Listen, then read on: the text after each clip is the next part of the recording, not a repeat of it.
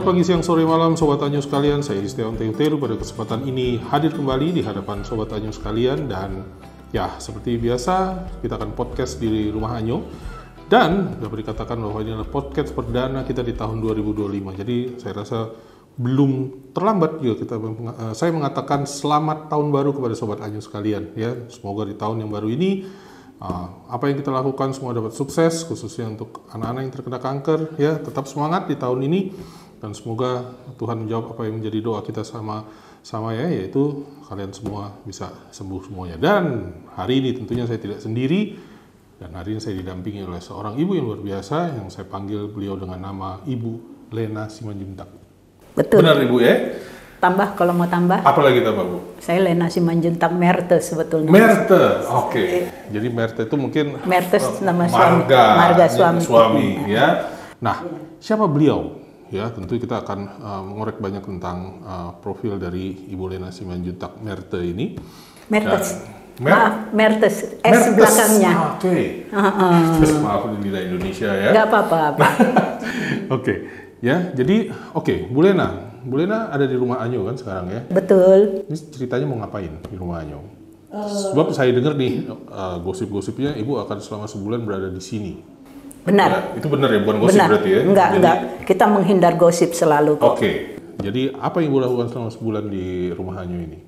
Jadi kita dari yayasan, itu Yayasan Cahaya Perempuan dan Budaya Indonesia. Yayasan ini sebenarnya sudah berdiri 15 tahun yang lalu, yang awalnya bernama Lembaga Keadilan dan Perdamaian bagi Perempuan dan Anak. Dan kemudian itu dibuatnya di Indonesia? Di Indonesia. Okay. Waktu itu, tapi kerjaan kami itu sudah sejak 20 tahun lebih. Nah, kami melembaga karena selama ini kami berpikir kita bekerja hanya sebagai begini pergi ke sana, jadi agak liar. Jadi untuk ditertibkan kita membuat lembaga itu. Nah, 2-3 tahun yang lalu atau 4 tahun yang lalu kami membuatnya menjadi yayasan. Okay. Nah itu, dan berubah namanya menjadi Cahaya. Kenapa Cahaya? Memang awalnya juga lembaga kami ini Lembaga Keadilan dan Perdamaian bagi bagi perempuan dan anak ini bernama Nur juga. Oh. Nur itu cahaya, tetapi sebetulnya singkatan Nurani untuk Rakyat.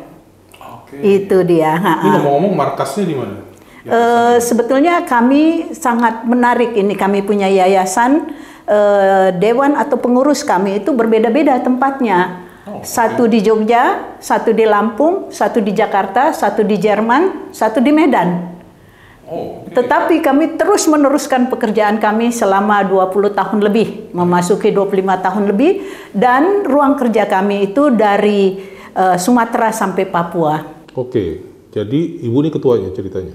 Ketuanya itu Dorothea Rosa Herliani, dia seorang penulis yang menjadi ketuanya. Dan kami semua ini sebetulnya seniman. Yang satu pengurus pembuat dokumenter, yang satu orang teater, yang satu lagi orang teater, yang satu orang pantomim misalnya gitu ya. Jadi kami memang seniman yang berkumpul dan kita mempunyai visi yang sama untuk perdamaian, mendukung perdamaian dan keadilan di dalam masyarakat. Luar biasa ya. Nah, sekarang di Anyo sebulan mau ngapain? Sebulan mau ngapain? Itu menarik sebetulnya. Pekerjaan kami sebenarnya bukan proyek ya. Kalau proyek itu sudah direncanakan jauh-jauh sebelumnya. Tetapi biasanya kami mempunyai program yang spontanitas. Pada saat itu teman saya mengirim sebuah berita tentang Yayasan Anyo. Waktu itu saya kebetulan di Medan. Nah, saya membaca itu berita, walaupun beritanya itu kecil sekali, sedikit sekali ya. Tentang apa tuh? Tentang waktu itu bagaimana sebetulnya rumah singgah Anyo. Nah itu. Nah, kemudian saya membaca itu dan saya tergetar. Hati saya tergetar. Lalu saya bilang sama teman yang mengirim itu, saya akan buat teater di situ. Kemudian saya bilang kepada pengurus-pengurus juga dari yayasan, kita harus membuat teater, harus tidak. Kita akan membuat teater dengan Yayasan Anyo. Nah, kalau ada teman saya misalnya Pak Heri Ketaren, itu dia biasanya nggak mau bertanya lagi, walaupun dia gelap gitu. Kalau saya bilang saya mau ke Papua, dia nggak bertanya banyak, tapi kami pergi ke sana. Itu sistem kerja kami gitu ya. Kami pergi ke sana tanpa banyak tanya ada apa dan bagaimana, kita pergi ke sana. Jadi ceritanya selama sebulan ini Ibu Lena di Anyo istilahnya mau mengamati, katakan demikian. Metode kami adalah live in. Jadi tinggal bersama supaya kami tidak hanya mendengar kata-kata saja, tetapi juga kami mengamati gerak-gerik dan suara, dan kemudian mendengar juga apa kejadian sehari-harinya, sehingga kami bisa menangkap apa sih kalau memang sakit kanker anak dan apa, saya bisa baca dari mana saja gitu ya. Tapi buat kita yang bekerja dari yayasan ini tidak cukup membaca. Kami harus ikut mengalaminya, kami harus ikut merasakannya, kami harus bersama mereka gitu ya. Melihat air matanya yang mengalir, mendengar kesakitannya. Nah, ini kami selalu seperti itu kerja kami. Jadi itulah apa yang Ibu lakukan selama sebulan ini? Iya, sebulan ini, dan kemudian itu yang nanti akan menjadi naskah. Naskahnya yang akan dimainkan. Luar biasa ya, pasti nggak mau dikasih tahu sekarang ya? Enggak lah, itu belum dikasih tahu. Nanti setelah tanggal 12 atau sebelum tanggal 12, setelah tanggal 12 supaya orang bisa datang rame-rame kan melihatnya dan ingin tahu kan kayak gitu. Ya, itu Sobat Anyo ya, jadi ternyata kita udah tahu bahwa Rumah Anyo bersama dengan yayasan yang Ibu Lena pimpin juga ya, ini ternyata akan membuat sebuah drama. Wah, dramanya seperti apa? Nah, kita nggak tahu juga ya, soalnya masih rahasia. Nah, biasanya kan kalau mau bikin film atau bikin drama kan kita casting pemain nih. Betul. Nah, ini saya bingung nih, ini yang mau main nanti siapa? Yang main adalah kalau bisa anak-anak yang merasakannya. Yang main harus orang-orang yang dekat dan terlibat, sehingga ketika dia berbicara kepada publik itu bukan permainan, tetapi itu menjadi sebuah kesaksian. Kesaksian di mana orang harus merasakan itu juga, bisa merasakannya. Nah, bisa saja kita pakai pemain, atau saya orang teater, saya dari IKJ. Dari IKJ kan, saya dari IKJ. Saya banyak teman-teman teater di sini. Bisa saja saya panggil pemain-pemain itu gampang, cek kamu bertugas ini begini. Tetapi kerja kita di yayasan bukan itu. Kita bekerja selalu dengan orang-orang yang termarginalkan, termasuk kanker anak, ini ya, kanker anak, supaya mereka bersuara sendiri. Jadi suara itu tidak datang hanya dari orang kedua, ketiga, keempat, kelima, tetapi suara itu didengar langsung oleh publik. Nah, itu. Jadi itu dia yang dimana harus publik merasakan sendiri, sementara yang menjadi pengidap kanker itu berbicara sendiri, bersuara. Dia harus bersuara dan dia harus diberikan suaranya. Keluar dari hatinya sendiri. Ya? Betul, betul. Jadi seperti itu warna daripada teater kami. Dan kenapa teater juga? Tanya dong. Karena teater itu live. Maksudnya langsung. Kalau film itu ada jarak. Kalau teater itu kita berhadapan langsung dengan publiknya. Sehingga publik itu bisa melihat ini gerak-geriknya atau gayanya atau rasanya langsung dilihat. Dan biasanya juga kami setelah pertunjukan kami mengadakan diskusi. Diskusi sehingga orang yang ingin tahu lebih dalam, misalnya kami bekerja sama di Sumatera pengungsi Aceh, nelayan, buruh perkebunan, petani seperti itu ya. Terus di Pulau Jawa dengan PRT misalnya ya, pekerja rumah tangga, dan kemudian di Jakarta dulu dengan kaum miskin kota Jakarta, terus di Surabaya kami bekerja dengan para pelacur, terus kemudian kami bekerja sama di Poso dengan korban konflik Poso, dan di Papua kami bekerja sama juga dengan perempuan-perempuan Papua yang tidak pernah terdengar suaranya, tapi kita selalu dengar hanya dari koran tentang mereka kan misalnya. Nah, kemudian kami membawa pertunjukan di lokal, kami mengadakan pertunjukan, terus kemudian di nasional juga, supaya suara itu makin membesar gitu. Oke, ya Sobat Anyo, kita bisa lihat ya bahwa nanti memang bukan bintang film atau selebriti yang akan membawakan teater ini, ya. Ini semuanya adalah justru pemeran yang sebenarnya. Betul. Jadi bukan pemeran pengganti atau pemeran ya yang bisa acting atau apa, tapi ini adalah acting nyata dari mereka yang mengalami sendiri, mereka yang mengurus anak-anak ini sendiri, orang tuanya mungkin juga ya orang tuanya. seperti itu ya. Jadi saya yakin teater ini akan jadi luar biasa dan kiranya Sobat Anyo tergerak ya untuk melihat teater nanti pada tanggal 12. Kenapa tanggal 12? Sebetulnya kita pinginnya sih tanggal 15. 15 Februari seluruh dunia memperingati itu sebagai Hari Kanker Anak sedunia. Ya, dan kali ini Rumah Anyo menginginkan sesuatu yang mungkin berbeda dari perayaan-perayaan yang sebelumnya ya. Kita ingin justru menunjukkan, dan kita bersyukur sekali kita ketemu dengan Ibu Lena di sini sehingga kita bisa mewujudkan, menyuarakan apa yang ada di dalam hati anak-anak yang terkena kanker, siapa yang terlibat dengan anak-anak yang terkena kanker ini ya, baik itu orang tuanya, pengurusnya atau apapun itu, semua yang terlibat dalam dan dokternya anak. juga. Oh, dokternya juga. Dokternya ya. juga kalau bisa, karena dokternya kan lebih jelas menjelaskan kepada penonton kan daripada kita dengan rasa saja, tetapi dokter bisa secara analisa gitu ya, secara medis yang ini. Sementara kita kan enggak, kita bisa aja bilang kemoterapi, tapi apa itu kita nggak tahu. Tapi kalau dokter itu lebih menjelaskan secara ininya gitu ya, secara jelas gitu, medisnya. Ya, baik, jadi buat dokter kanker anak yang ada di luar sana, ada yang berminat bisa mencalonkan diri untuk termasuk ikut Bapak juga, iya termasuk Bapak juga untuk masuk gitu. Maksudnya jangan saya gitu loh. Iya, kenapa? Gak apa-apa sih. Itu kan bisa siapa aja kan, dokter. Yang penting kami harus didampingi oleh dokter, karena dokter secara medis bisa menjelaskannya. Jadi tetap terbuka buat teman-teman sekalian dokter spesialis anak, konsultan hematologi onkologi anak. Betul. Anda tetap ditunggu kepersertaannya untuk mengikuti drama ini ya. Dan perawatnya juga. Perawatnya juga. Iya, kalau bisa perawatnya juga gitu ya.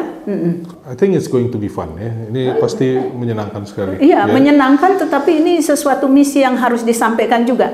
Ya. Nah, apa yang mau disampaikan sebetulnya melalui teater? Sebetulnya yang mau disampaikan bahwa kanker anak itu belum mendapat perhatian yang begitu intensif di Indonesia maupun di dunia sebetulnya. Dunia juga enggak, memang ada kemajuan-kemajuan seperti di Jerman lebih diperhatikan lebih intensif gitu ya. Tetapi di Indonesia ini masih bukan kurang perhatian, tapi kurang ahli untuk ke sana. Saya pikir.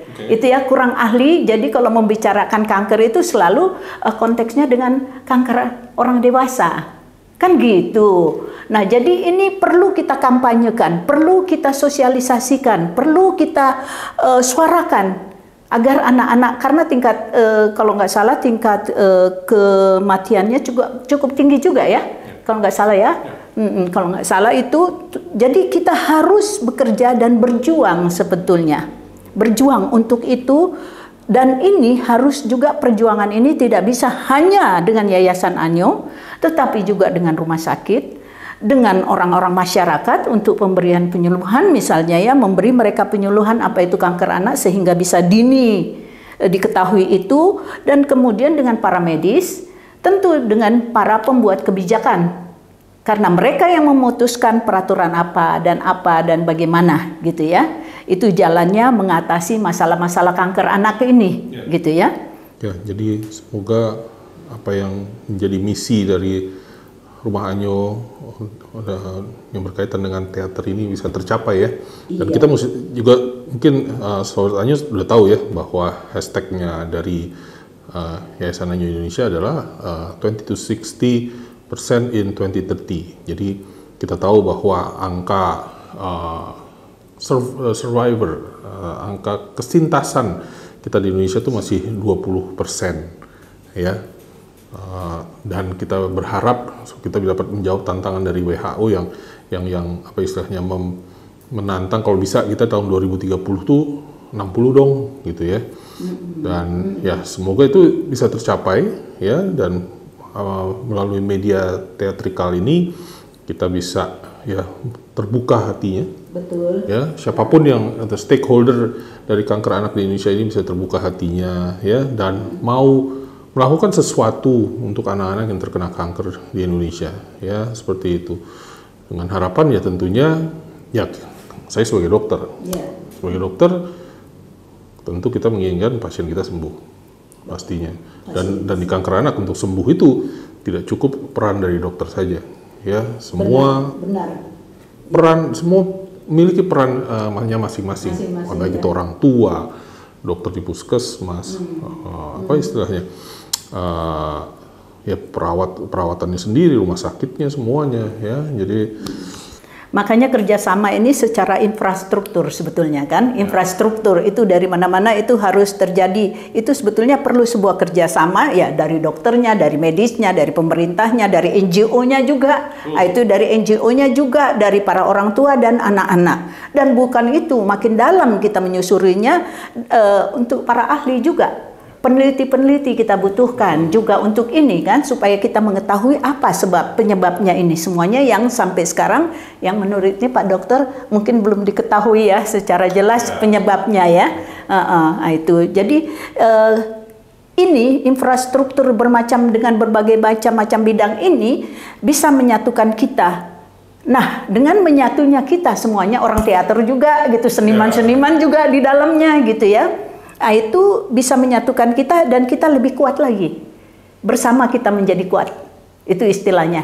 Makanya sebuah lagu itu kalau hanya tos-tos piano itu nggak jadi apa-apa dia. Tapi kalau tos-tos ini dimainkan dengan suara irama, melodi dicampur biola, dicampur apa, dia menjadi simfoni yang indah. Sebetulnya kerja kita juga seperti itu. Kita menjadi sebuah keindahan kalau kita bergabung semuanya dari berbagai bidang. Itu termasuk teater ini gitu. Nah, bicara tentang simfoni, jadi judul teaternya apa nih nanti? Judulnya itu Simfoni Suara-Suara yang Tak Terdengar. Karena suara-suara pengidap kanker anak ini belum pernah didengarkan, dan ya belum pernah didengarkan, ada sedikit sekali informasi tentang itu gitu ya. Nah, jadi alangkah baiknya dalam simfoni ini sebetulnya juga bagaimana mereka bisa saya katakan para pengidap kanker, orang tuanya maupun yang pendampingnya maupun NGO-nya maupun semuanya itu kan seperti irama do re mi fa sol la si do, yang kalau kita bersatu itu do re mi fa sol la si do, kalau kita lihat kan hanya angka-angka. Nah, angka-angka, tapi ketika angka-angka ini dinyanyikan dan digabungkan dan dikomposisikan, itu menjadi sebuah simfoni yang indah. Luar biasa ya. Dan saya lihat Ibu juga research-nya udah mendalam banget nih. Apanya? Riset tentang kanker anak nih. Tidak juga. Tidak juga, tapi ngomongnya oke. Ya, luar biasa dari beliau ini. Ya, memang ya itu makanya kita lihat bagaimana hasil dari teatrikal yang akan kita lihat pada tanggal 12 nanti ya. Nah, bagaimana caranya kalau seandainya Sobat Anyo mau menghadiri acara ini? Rencananya kita mau di Gedung Kesenian dulu, mau di Taman Ismail Marzuki. Entah kenapa yang dapat di Usmar Ismail. Sesuai dengan itu. Karena memang ini kan pengidap kanker anak atau masalah-masalah penyakit kanker anak ini kan harus disuarakan juga di tempat yang elegan. Dia bukan hanya marginal gitu ya, dimarginalkan, tapi dia harus ditampilkan secara elegan. Dalam arti elegan itu bukan secara luksus ya, tetapi harus dia ditampilkan sebagai satu tema yang harus kita pikirkan dan kita pikirkan secara bersama, dan kita harus bertanggung jawab secara bersama untuk ini. Sudah saatnya memang kanker anak didengar. Ya, betul, di tempat yang pantas untuk orang mendengarnya. Iya, demikian ya. Jadi buat Sobat Anyo yang ingin menghadiri teater ini, ya kalau dari dengar Bu Lena bertutur tentang rencana-rencana beliau ini pasti menarik, dan saya yakin ini modelnya nanti kayak apa sih, ini yang main siapa sih, semua pasti akan apa ya, wondering itu berpikir-pikir, ini siapa yang main ini pasti seru nih, bisa main nggak sih anak yang kena kanker gitu ya. Nah, mari kita lihat. Apa bisa main dokternya juga gitu kan? Dokternya kayaknya nggak bisa deh. Dokternya periksa pasien aja. Dokternya nggak periksa pasien. Dokter itu dia kan bisa ngomong sama pasien. Itu biasa dialog selalu kan? Itu dialog selalu kerjanya dokter itu. Apalagi sama anak menjelaskan gitu kan, apa obatnya dan apa itu kan selalu dialog. Aduh. Memang teater ini memang agak aneh. Mungkin pertama kali sebuah yayasan atau apa melakukan teater sebagai ekspresi medianya, ekspresi dan medianya secara langsung. Jadi memang yang kami kembangkan, yayasan ini kembangkan, itu namanya teater sebagai media pendidikan dan penguatan dan pemberdayaan. Itu tujuannya juga antara lain merubah paradigma baik untuk lingkungan kanker sendiri maupun publik yang melihatnya. Jadi merubah dua-duanya, paradigma dua-duanya gitu ya. Ya, jadi kalau kita lihat bahwa ya itu tadi kanker anak itu bisa ditandem dengan seni apa saja. Dari saat ini kita dengan seni teater ya. Kita juga pernah tandem dengan seniman pelukis seperti itu ya. Kalau sebagai Sobat Anyo yang pernah ke Rumah Anyo pasti tahu tuh lukisan dari saudari kita Ibu Magda ya, yang ada di Rumah Anyo itu juga kolaborasi antara kanker anak dengan pelukis. Ada juga dengan musik. Kita pernah Anyo kalau nggak salah pernah ngadain suatu pentas musik juga ya yang luar biasa. Dan kali ini Anyo datang berbeda.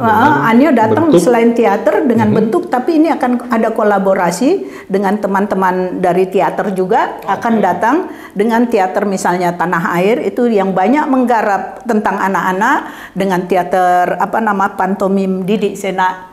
Nah itu grup ini akan ada kolaborasi untuk ini semuanya.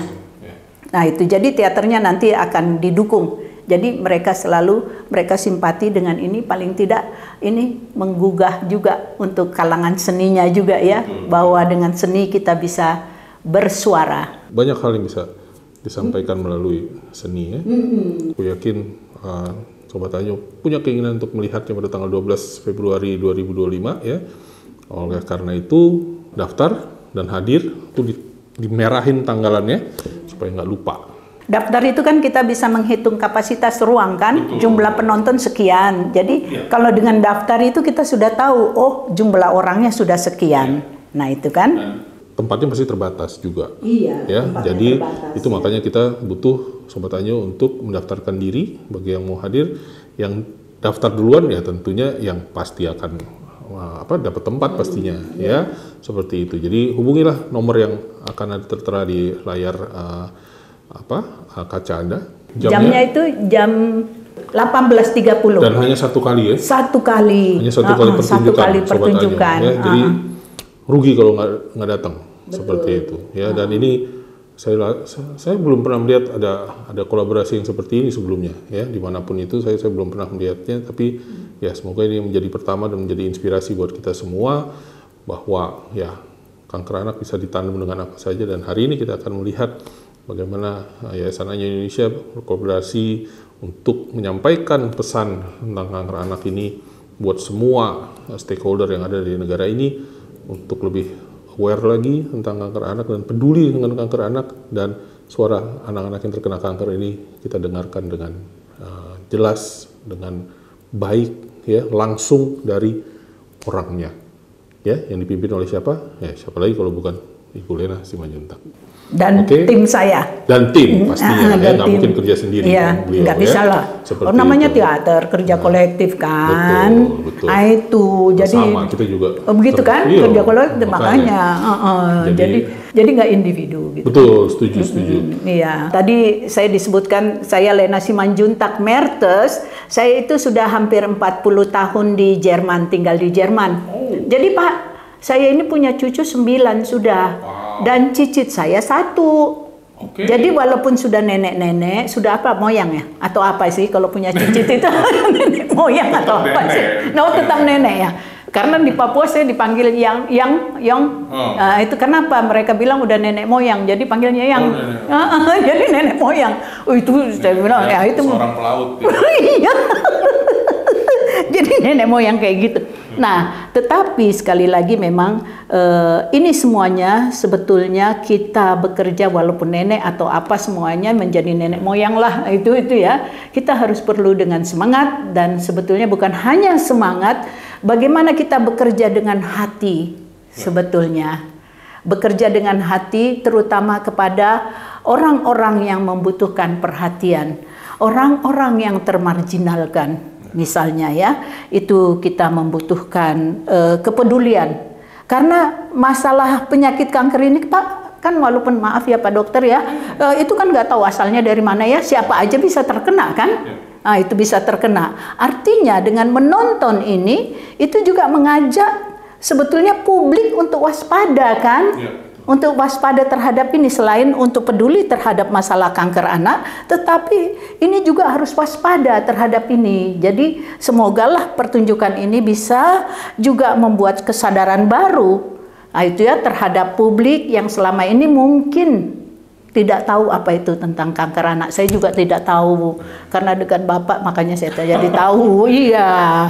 Oke, Sobat Tanyo sekalian, setelah kita mendengarkan tadi apa yang disampaikan Bu Lena ya, satu hal yang saya tahu bahwa sekarang kita punya nenek moyang, ya, nenek moyang yang luar biasa, yang akan memberikan apa yang beliau miliki supaya teatrikal tanggal 12 Februari nanti di Gedung Musmar Ismail ini bisa berjalan dengan baik dan lancar ya.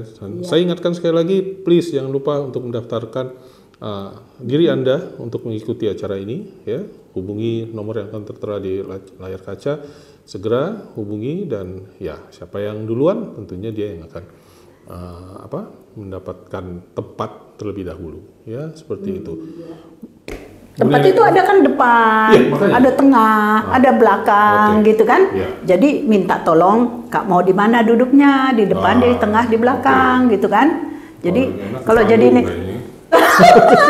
mau duduk di panggung ya, untuk sementara, kalau selesai pertunjukannya bolehlah duduk di panggung, nggak apa-apa, rame-rame duduk di panggung. Jadi, mari kita beramai-ramai menyaksikan ini semuanya ya.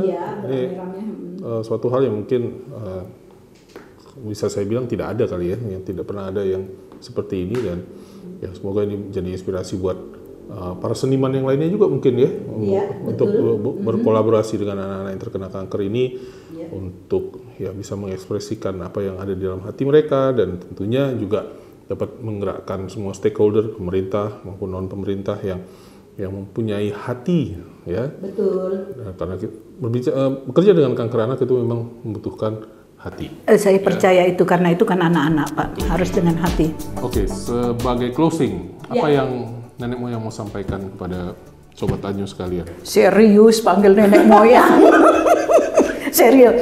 Sebagai closingnya ya, bahwa apa yang terjadi di masyarakat, masalah-masalah apa yang terjadi di masyarakat, terutama khususnya ini sekarang masalah kanker anak, itu adalah tanggung jawab kita bersama.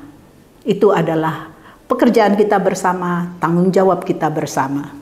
Baik, terima kasih Bu Lena Simanjuntak. Demikian closing statement dari beliau, dan saya Distiawan Tehuteru mengucapkan sampai jumpa.